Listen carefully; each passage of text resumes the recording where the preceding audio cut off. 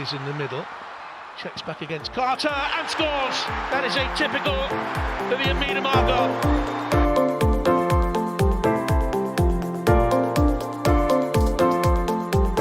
Quickly gets it back again. Oh, what a goal! Well, that sums up her season.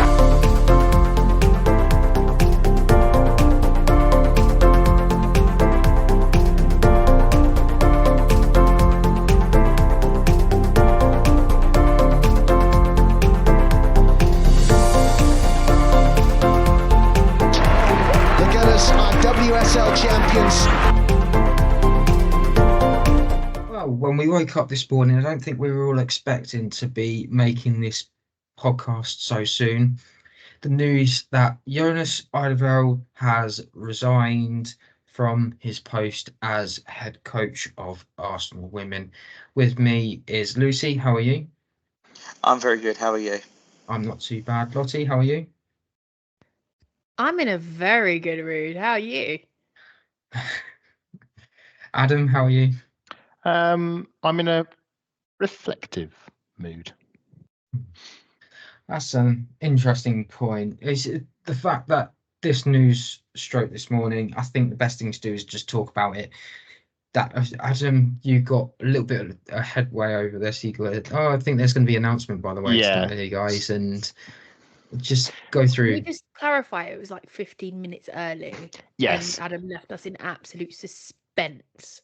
Well, obviously, in the world I live in, I can't say everything, but I wanted to obviously Adam, get more. I'm teasing. I don't need to explain it. We know about embargoes. Like, come on. Yeah, exactly. So I would say, from having spoken with people after the Chelsea game in the pub, and having watched the interviews Jonas conducted to the TV and heard how Jonas was acting in his post-match press conferences, conference rather, after the Chelsea game, I got the indistinct impression that he was done. And I put a clip up. A friend of the pod, Leo, told me there's a good clip of him before the Chelsea game when he sat in the dugout, and the way he looked did not look like a man who was ready for the fight and ready to go. It looked like a man who knew he was watching his last game from a dugout as an Arsenal manager. That's how I read it. That's how it transpired. And I had a few sources got in touch with me and said that it was going to be within the next hour or so, that an announcement would be made today. I can say I wasn't surprised when the news was made. And I would say, based on the court of public opinion on social media, Jonas and Arsenal have called this one correctly. And it's a shame. It's always sad to see a manager depart. I know there'll be some people who will be dancing upon his Arsenal grave and celebrating and popping the champers. Lottie is smiling at me there. But honestly, as someone who's watched Jonas come through since 2021, where the club were at that point and where Jonas took us on the journey, I'm quite sad because I had high hopes that Jonas would be a success. He wasn't in the end. That's how it's panned out. I think there were reasons for that. I think some of them were beyond his control. I also believe some of them were his fault. And hopefully we can maybe pick apart some of that throughout the pod. Lottie, just your thoughts when you got the news. I think my automatic response was good. Standing in block 2, ends of the game, you watched him do his team talk as he did. They're all standing round. As the players departed, he stormed down the tunnel, and I was like, yeah, we're not seeing him again. And that was that. It was writing was on the wall there and then for me. I didn't watch any post-match interviews. I could see it in his body language. He was done fighting. I think he gave up the minute Viv left, if you ask me. But again, we all know that's mutual consent. So, and that upset a lot of people, and a lot of people were on it riding his back from then because we lost Viv. But it was 2 sideways seasons. We got 2 trophies out of it, and it's kind of just come to a head, and it was the right time to go for me because I'd had enough, and it's understanding how you're playing players out of their positions and keep trying it even though it doesn't work. I think that's the thing that really irritated me. Lucy, when you got the news to it? I was kind of shocked. I knew it was coming, but because it didn't happen, I knew it was going to happen on Sunday, and it didn't happen on Monday. So I was like, okay, he's in the job at least for this Champions League game. And then when I woke up to the news, I was like, yeah, I woke up to it, by the way, because I wasn't awake. Yeah, I was happy. I got a sigh of relief. I am sad how it works out because I thought it could have worked out well for him in the job, like Adam said, but it just turned very sour. And when you lose the dressing room, that's it. You're done when you've lost the dressing room and the fans. So let's just quickly go back in time then. He was appointed in June 2021. This was probably a great season all round. I think no one was expecting that to happen. This was the first time that Champions League was to be opened up a little bit more. You finish in the top 3, potentially you could be in the Champions League next season. And it started really well. Pre-season, August, the Mine Series, beating Chelsea 2-1 and also beating Tottenham 4-0. Then to go over to qualifying it for the Champions League, beating Slavia Praha, OSKHTPs, I believe that of the Kazakh team, and PSV Eindhoven. Adam's laughing at me because I've probably said something. I think you pronounced it better than I could ever have imagined, or I could have anyway. So no, hats off. I'll take this gospel. I'm not giving it a go. Yeah, exactly. Could have put it back myself. It was a very interesting WSL season. That opening day drama against Chelsea, a rampant games against City and Tottenham. City at that time were injury prone. That's their excuse for that, why they lost that. 13th November, the first points dropped. That was against Tottenham. Carried on with 5-1 wins against Tottenham, 3-0 versus Brighton to score an FA Cup final against Chelsea, which ultimately they lost.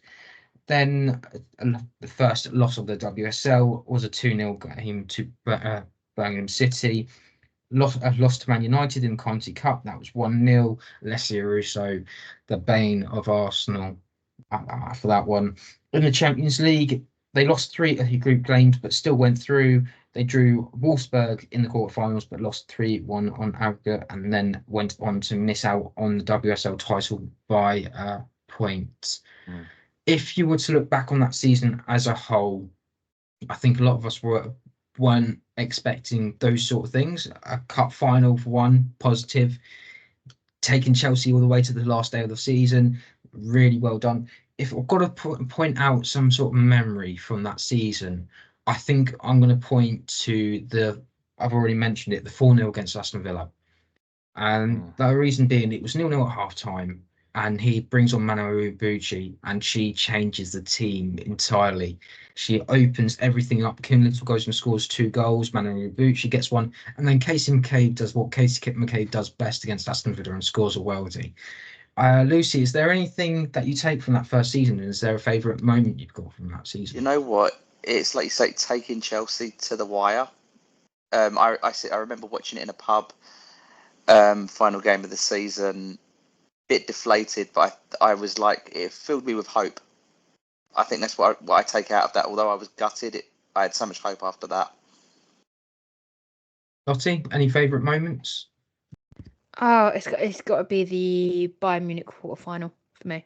No, that was season after. Season after. You expect me to remember the previous season? Are you serious? Oh, I'm joking. I think it's got to be the final over Crystal Palace. No, that was the reason after as well. 21 to 22. Are you actually serious? My brain is not functioning. Brilliant. I sound like a rights clown. Okay. Tobin Heath. I think Lotte Wubben Moy. Lotte Wubben Moy against Wolfsburg. Surely that's going to be your one. That was an amazing moment. Yeah. Was it really a set piece though? Well, we'll never know. The debate will go on for that. Oh yeah, I know. But it's my first live goal. I was at that point where I'm not coming to games anymore because I haven't seen a goal we've lost every single time. And then Finally got a goal, and it was the first and last time I'll ever sit in club level. Never again. Was you in club level? Yeah, I was sitting with Adam, and a few other people. Good, you was looking down on me, my little peasant self. Didn't know you then, to be fair. No, that's true. Exactly. I didn't meet you the season after. Like, come on. If we're talking about, I've got a lot to say on this season. I'll try and condense it as much as I can. But in terms of a favourite memory or favourite moment, there's so many games I could pick. Like the obvious one being the Chelsea game at home game, the 3-2 win. But if I'm going to be extremely sentimental, and I am going to be extremely sentimental this one, it was the season I met Lottie and Matt. And we started doing our work together, and that I will treasure a lot. And we did the Wolfsburg game. We met up there. We also did the Spurs game at Emirates Stadium, the 3-0. We were up there together as well. And this pod wouldn't be doing what it is now if it wasn't for the adventures we had that season. Well, that is true, but we moved around a fair bit between us until we decided to find our final home. Yeah, absolutely. The season itself, Lucy summed up perfectly. Hope. I think if fans have come over from after Euro 2022, which I fully get because it was a game changer, a lot of them may not be aware of where Arsenal were before Jonas arrived. This was the last season under Joe Montemurro. This was obviously during the COVID lockdown season, and to be honest, we weren't great. Scraped third. We lost badly home and away to Man City. We lost to Man United. We lost badly away to Chelsea. There was a lot of really bad results against teams that were finishing in the higher bit of the table. And so I think people don't realise the magnitude of beating Chelsea 3-2 on the opening day of season at Emirates Stadium. The first time Arsenal had beaten Chelsea at home in the league since I think about 2013. And to do it with a team that was more or less the same. There were a few, obviously, there were the additions that came in, but the goal scorers, Miedemar, they've been there, for many, many years. Most of the core team were the same. And you're thinking, crikey, Jonas has just like magically overnight changed the team. And the team just carried on throughout at least the first half of the season, looking like a title-winning team. It would be really good. As you say, Matt, the big thing was the loss away at Birmingham City. And the problem is over the Christmas period, and there were some really bad results, you should say, that out of the WSL, there was the FA Cup final, but it was also Champions League against Barcelona and Hoffenheim as well. Then into the new year, there's a drop in form. There's the draw against Manchester City and the draw against Manchester United, the loss to Birmingham City. There was a bad injury crisis that happened around that period. I think there was a COVID issue as well. There was the Asian Cup as well.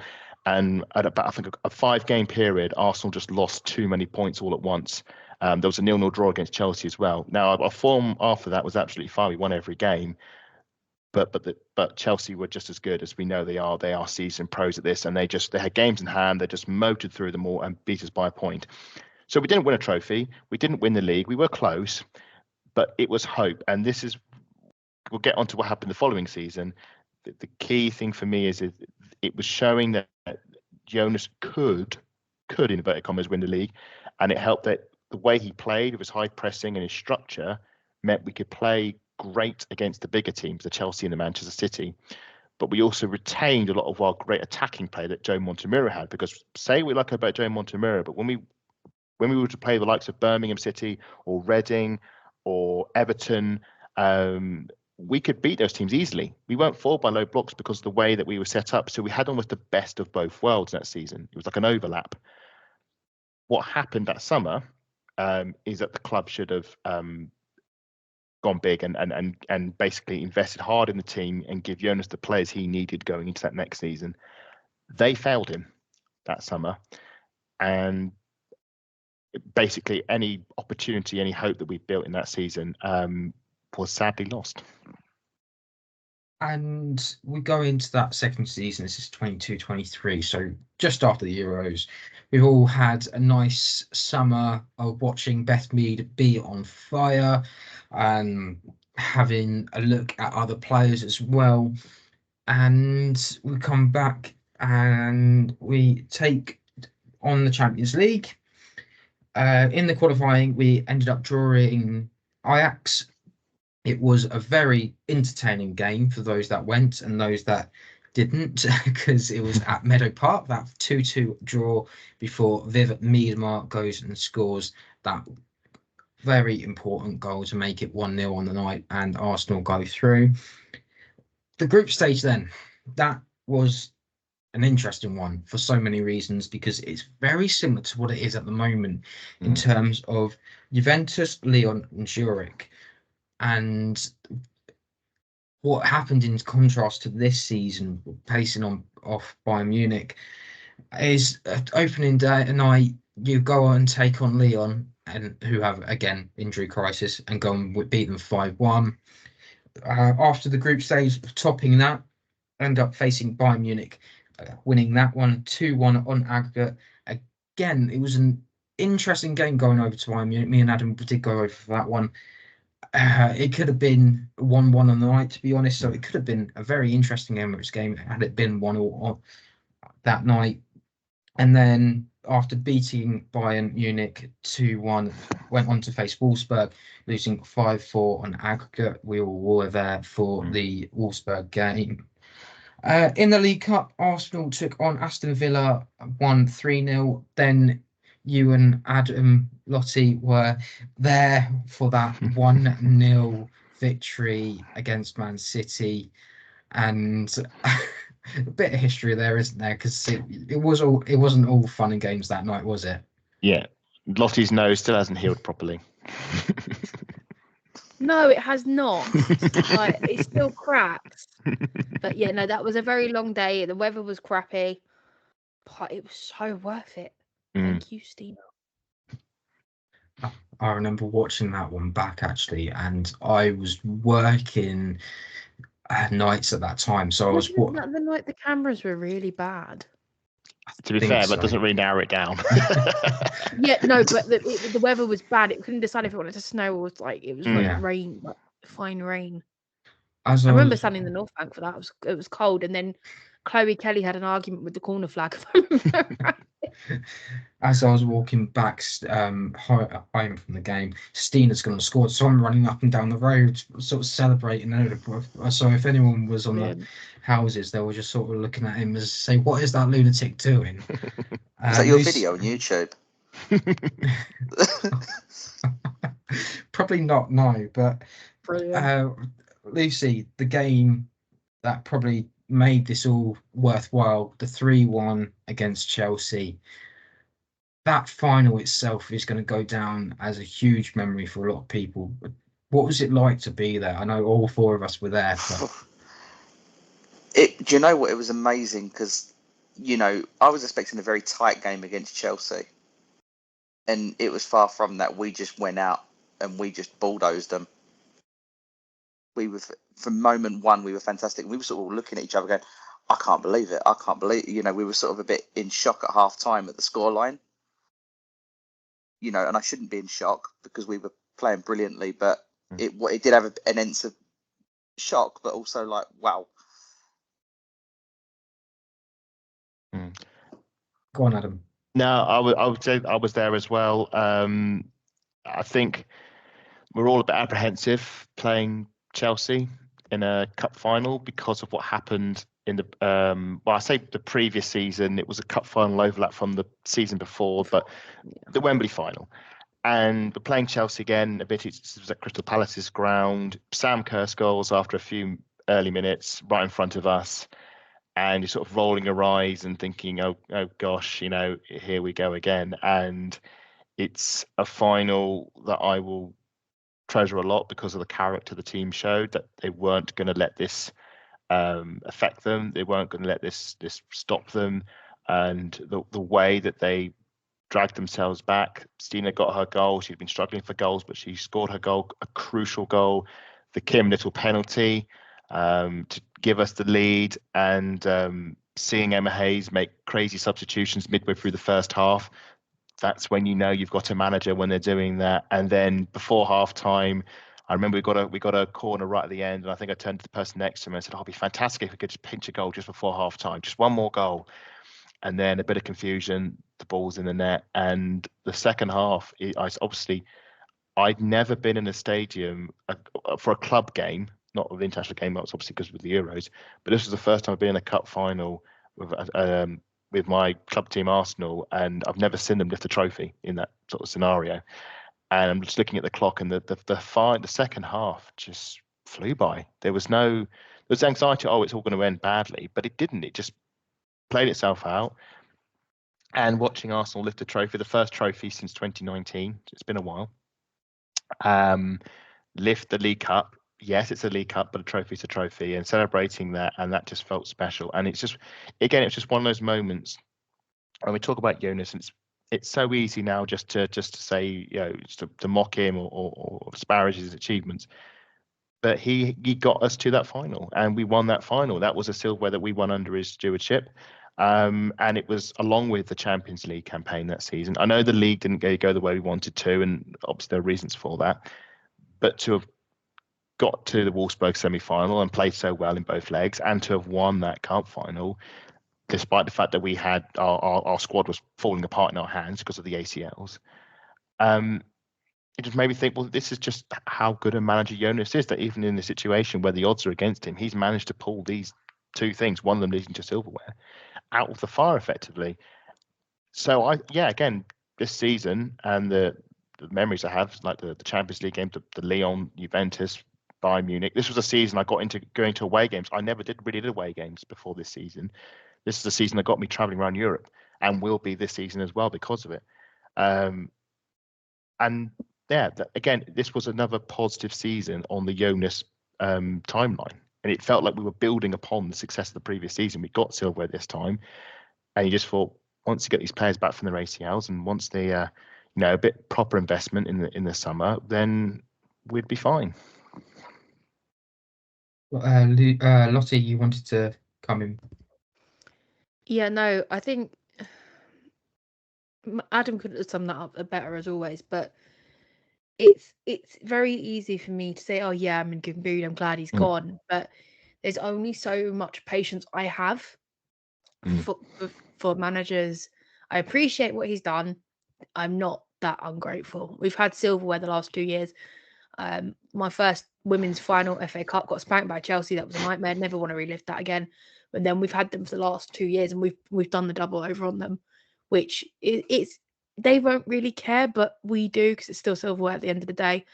And I think it's been a journey. Let's put it that way. But it's ended with him resigning rather than him getting sacked, and that's always kind of a positive in terms of getting your next job.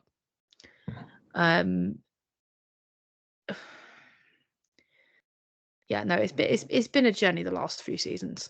It really has. I'm just glad I won't have to sit there and question what he's doing and what he's even thinking anymore, because it's just, you can't come up with answers for it anymore.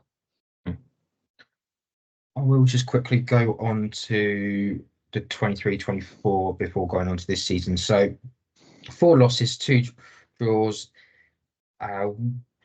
Not enough it's just about enough to secure Champions League football, which we saw later on this season, facing off against Rangers, then Rosengard, then Champions League against Bayern Munich, Valengera even, and Juventus this season.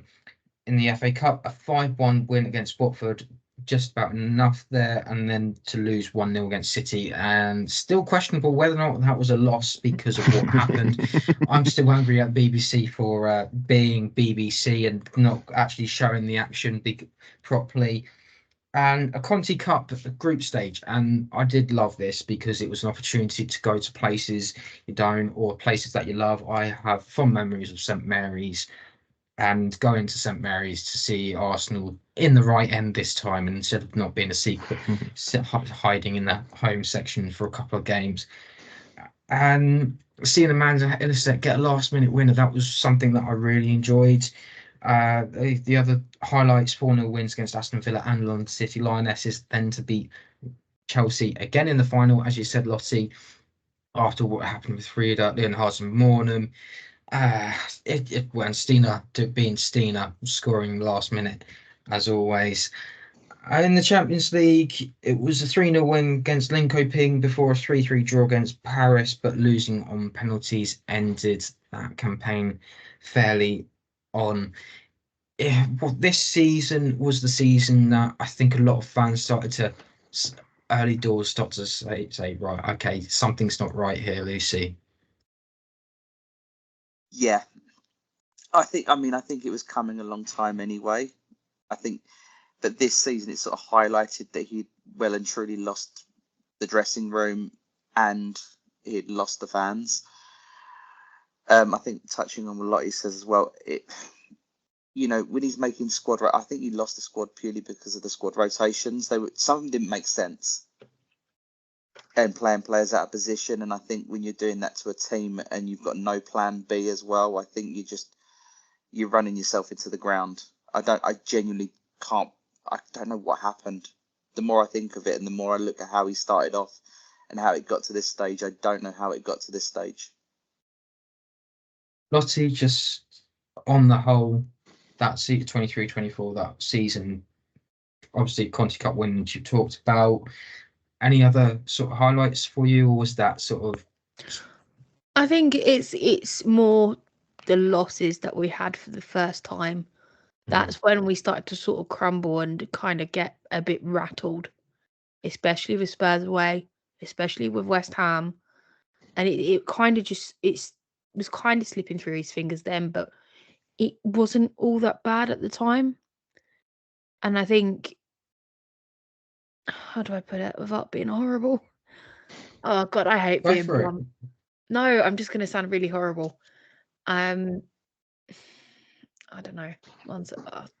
Just come back to me. I don't know what to say. How to say it nicely. Well, I think this is the, if you want to say it brutally, this was the beginning of the end this season. I think that's the best way I can describe it. The problem is you don't know you're on the journey towards the end until you have reached the end point. I know some people who were furious the way that we went out of the Champions League with the Paris FC penalty shootout and think that was a sackable offence, which I can understand. But at the time, I thought that's incredibly harsh. Have you not seen what he's done the previous 2 seasons? And for me, what he'd done the previous 2 seasons warranted him. Also, just made me remember as well that this was the World Cup as well, just after the World Cup had happened as well. Absolutely. So half the players were still coming back from. Absolutely. So you had that, and we should say he also got a contract extension at the start of that season as well, which I thought, fair enough. He's won silver, taking a Champions League semi-final. We're qualifying for Europe. We're getting good results. All's fine. Now, my opinion on why this all went wrong is Jonas obviously wants to implement his philosophy upon the team, and that's not going to happen overnight. And I think in his first season, we saw the first sort of, I'd say, seedlings hatch of what this philosophy could be. The problem is because of the ACL crisis, having to move to a back three, having to compromise on his beliefs and philosophies to just get a team that could function through the rest of the season, because he didn't have half a squad to play with. That got lost, and then he couldn't bring it back when the players that came back and the new players came in, and there was a lot of chaos in that season, not helped by the lack of Champions League football. That was almost an over numerous squad of players coming back that were not fully fit because of the ACLs, new players coming in who weren't fully up to speed with the team and maybe how they wanted to play, and it was all very chaotic. But, and this is where I put the blame on Jonas, because up until then I've been very fair with him and said circumstances have not allowed him to thrive. But what this season and what last season and this season have shown is that the man cannot coach a front line. He cannot coach an attack. He does not know how to get his attacking players to function as an attacking unit. He can get the team to build a platform to impose themselves on the opposition, compete with them, match them up to them, so we don't get overrun like we did under Joe Montemurro, when you just watch Chelsea or Manchester City just overpower us with greater intensity and energy, and we will just wilt and we just get balls turned over with high presses. We could compete against that. And I think Jonas has got a good tactical mind. He's very good at diagnosing things happening on the pitch and say, right, I can see that's going wrong. That's where we can exploit them. Those individual tactical moments. But as an overall over-encompassing manager, this is when his flaws started to expose himself, because by this point, the Joe Montemurro football had sort of faded away. and we had no method of attack. There was no attacking style. There was no attacking philosophy. There was no clever passes. There was no creativity. There's no clever runs. It was all very samey, very easily stopped by low blocks. I mean, and you saw that happen more and more as the season progressed. We had a warning shot about against Liverpool, then it happened against Spurs, then it happened against West Ham United, then it happened away at Everton as well. And as much as you can say, oh yes, we're going to work on these and do these things, and we'll sort it out, and then the warning signs were there that there was a problem.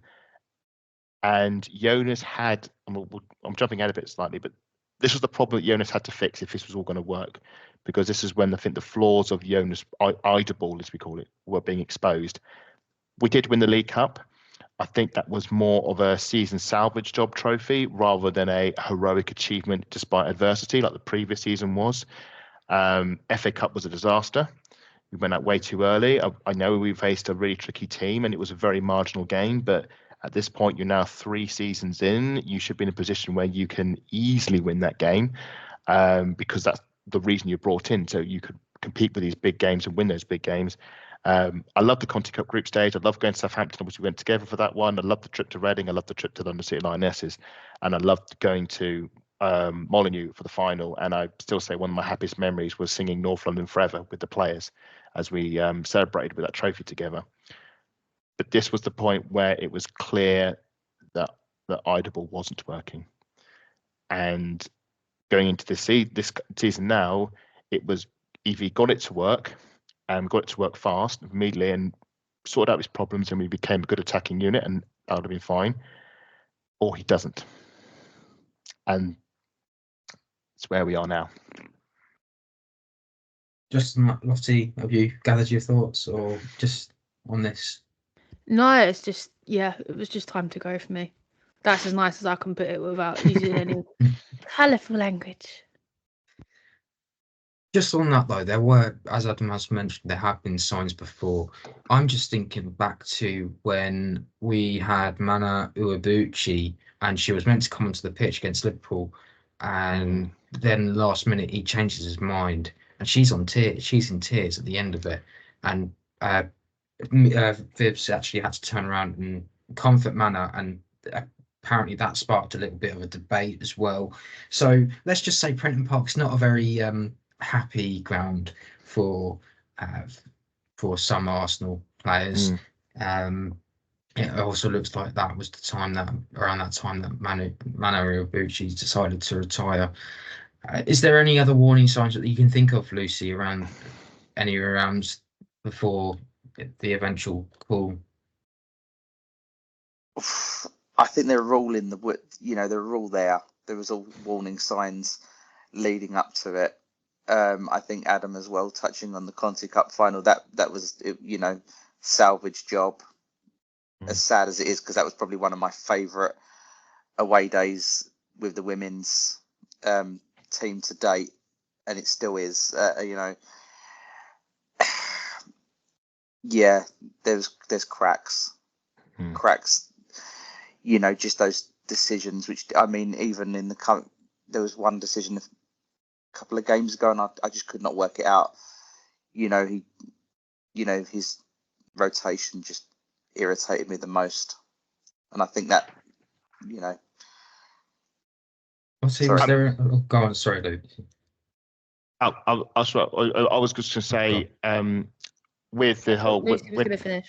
Sorry, Lucy, are you going to finish? Sorry, was that? Oh no, I heard Adam, because I was just, I think even, and I know we argue about the goalkeepers as well, but even the goalkeeping rotations didn't. That was weird for me, because you pick a goalkeeper. Goalkeepers are not meant to be rotated that much. I would argue, just on this, Adam, before you jump in, is that Daphne was definitely the goalkeeper you needed for Leicester and for Everton, but you stick with your main goalkeeper for that game against Chelsea. Now, I don't know if Manu would have done a better job or worse job against Chelsea, but I don't know when you mention that, I don't know what the game plan is when you have Daphne in goal against Chelsea. I think that's the sort of along those sort of lines there, aren't you? That you're thinking of why you're not sticking with your number one in a game that potentially cost you 3 points. It's like when he dropped Mead, he dropped Mead and then he started her. And you sort of like look and you think you know the squad for the following week. You go, well, surely that's the squad, and then you're like, okay, no, I don't. And it's and the goalkeeper. I mean, I would have started Zinsberger against Chelsea personally, although we've had a few moments with her. There's a couple of goals in the Bayern game I wasn't happy about, but I'm not going to go on a slag fest because I think she's a fantastic goalkeeper.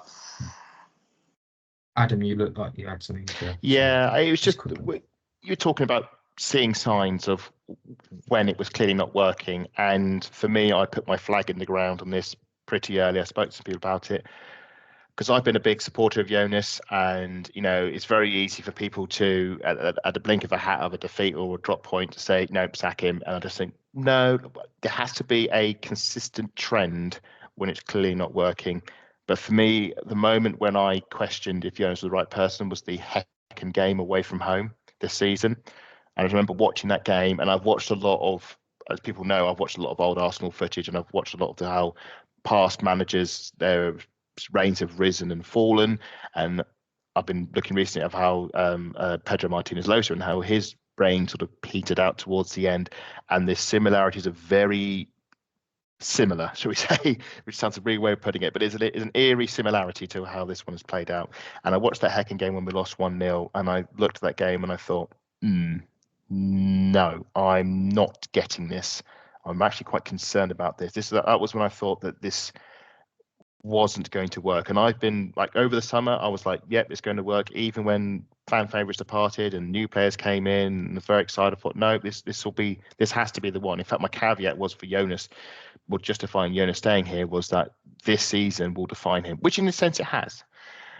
But that Häcken game was the one when I thought, that's not right. Now, of course, we did win the home leg and we did get through, thankfully. But obviously, you and I were there for the Leicester away game, Leicester 2 away game, and I watched that performance, and that was not a good performance. And I know people try to dress it up as, oh, well, there's a midweek game. I was like, no, that was not a good performance at all. No, but the thing is, you can blame it on the midweek game all you want, but you look at the Crystal Palace Leicester game. Leicester have the highest loss rate at home in the league. Yeah. No, we shouldn't be winning 1-0. We should be doing better. Absolutely. Especially after last season. We 2-0 down, came back 6-2. Yeah. And this is, again, the point that it was clear that the tank had run dry at that point. But Häcken was the one when I started to question what was happening, and the evidence only stacked up further. At the Everton game, there were no caveats. There was no reason at all why Arsenal couldn't have won that game, but they didn't. And the fact that it was the same problems, despite all the changes and all the talk and all the rhetoric and the pre-season and everything that happened over summer, it was the same problems. And then it was the same problems again, and the same problems again, and the same problems again. And at that point, I was looking and thinking, I had no confidence I didn't think it would make Christmas, but the speed of the deterioration has really surprised me, if I'm brutally honest. I thought he'd get to the international break. I thought we could get to the international break, and then maybe this would happen. It's got to where we are now. The thing is, that was the most logical thing. That's the thing, because there's tomorrow and Sunday. That's it. 2 weeks. It's the right decision. Most logical thing, but I'm I think surprised. Yeah. With Jonas out going on up at the bridge, that was a sign to the club we've got to do something. Do you think the club decided to act because they saw some artwork under a railway bridge? No, I think it was a pushing stone. Yes, because it's the first time in 10 years we haven't won a game at 3 games at home. True. I think that's a major factor as well. We've got, as I said, we've got 4 points from 12. 5. I thought that was quite a big thing to see as well. In graffiti under the bridge. I mean, that's especially for women's like football. An hour and a half after the game. Yeah, it was very quickly done. The thing is, I don't think the club want to go back to the way it was when Arsene Wenger was on his way out, and they stuck with him, and it got to the point where it was toxic. I mean, I'm not saying no fan base is ever empty of toxicity, but it's growing and it's not nice. I The thing mean, is, when you've got a manager in that situation, it turns the fans against each other as well. You start turning against each other in the stadium, and that's when you know you're really in trouble. Yeah, and plus the fact, I think the factor of that with women's football, it's more family orientated. You don't want that. I mean, there were some And ugly scenes in the stands, weren't there, Lottie? There were people saying he was going to be sacked in the morning, after the second goal went in, which, isn't nice for a manager to hear. It isn't nice for them to have any criticism, but as the sports grow and then you get more attention from the people who aren't in necessarily the match-going fans, I'm no disrespect to any non-match-going fans, it tends to be those people who are the heavy abusers, the heavy criticizers, whereas the match fans, they take it a different kind of kettle of fish, like not kettle of fish, different point of view. Yeah. And it's really difficult. I mean, I'm gonna have to use Beth Mead's interview for a prime example. The outrage, the twisting of everything. She meant the people who as people I see the week in, week out, like terrorizer. I know who these accounts are. I report them. I don't care. And it's not nice. It's at the end of the day, she might play for Arsenal Football Club, but she's still a person at the end of the day. And you're entitled to your opinions, but your opinions don't need to be abusive. And that's what affects the mentality of the club. They can see everything. They hear everything. Whether it's through social media or through friends, family, they all see it. Even I think I feel kind of bad for Beth's dad, because even he gets his fair share of abuse about his daughter. It's not nice. Although he doesn't respond to it, but it's not the point. Like, you're going after people's family members and thing. It's like, just get out your basement and go and stand in the sun, even if it's not out. Like, it's still there behind the clouds. Do you know what I mean? It's winter. It's grey. It's horrible over in the UK or wherever you are, and it's just not okay. Like, I'm happy he's gone and all that kind of stuff, but I never got to the point where I'd sit there and abuse him or abuse any single one of these players at all. Problem is if you keep on abusing them, sooner or later, if their contract is up, they might turn around and go, right, okay, I'm leaving. I've had enough. Yeah, I know, but the thing is, it's not the people that are in the ground. That's my point. It's the problem. It's these keyboard warriors who, it's people behind the keyboard. Send a tweet. Okay, that's done. And who think they're clever, and they're really not. No, Shall we quickly look at the candidates then? I have a quick list of some people I have put together. Casey Stoney, currently available. Her last job was with San Diego Wave. Already another sorry to butt in. Sandy has said Arsenal are not interested, so we can cross her off the list. I was going to mention that. Sorry. It's all right. You mentioned it. Let's go forward. Joel Kjell Ellsberg of Rosenborg. This is one I really quite like the look of. Mariona Calabral, who was at Sporting Lisbon. You've also got Tommy Stroot of Wolfsburg, Denise Reddy, who is currently at Chelsea as a coach, Mark Parsons, who I think everyone thinks that's a joke, so we'll move on from him. Arjen Venderink, who is the current assistant manager of England, Seb Hines at Orlando Pride. You've already nodded your head at that one, so I'm guessing that's a no from you, Lottie. Laura Harvey of Seattle Reign. I think that's definitely a no from the look of it. Well, I know Laura Harvey, because I should say Laura Harvey has won the most amount of WSL titles for Arsenal. She managed Arsenal in their first 2 years in the WSL, and then she stepped away and it all went a bit downhill after that. Obviously, the WSL was a different animal back then, so I don't know if it would be as simple as her coming back in and winning WSL titles all over again. Last one on the list is Juan Amoros of Gothenburg. Is there anyone that fancied your pick, Lucy? To be honest with you, I have a total off that list. I know who person who I want the job. Because I'm going to say the same thing. Go on then, Lottie. Who do you think? No. Lucy can say it, because we were talking about this Jane earlier. Ludlow. Yeah, that wasn't on the list. Yeah, but yeah, Jane Ludlow. No, I know it's not on the list. I know it's a real, off the beaten track one. But I think there's someone there. I mean, she had a fantastic record at Reading, I thought, and I think, all right, Wales, no disrespect to Wales, but she didn't have the players. I think if she's got the players and the backing of a club, the financial backing as well, I think she could be fantastic. And plus, look at her history at Arsenal. And I know it's easy to say look at history, but she knows Arsenal. She knows Arsenal's values. She knows everything about Arsenal. So I could be wrong. She won't become manager anyway, but that's just like a dream, you know. Yeah. Well, you never know, because this is just a list that someone's got to come together. So it might even be that it might be none of these people, and it might be a left field pick. Might be Lee Carsley. Some people I know he's not managing England anymore. Yeah. Some people have suggested. I think Vic Akers as one. Someone else has mentioned Kelly Smith in the past, and someone else has mentioned, I can't remember, someone. There was another left field, and I think there's so many names going around at the moment, it's just hard to keep track. Lottie, is there anyone that fancied your pick? Although you've mentioned already Jane Ludlow. Yeah, no, I just want someone to be in charge and just kind of get our season back on track. I'd be happy with that at this point. I second that. Yeah. I think that's the easy cop out answer personally, but it's just a case of who do we bring in, who is right for the club, and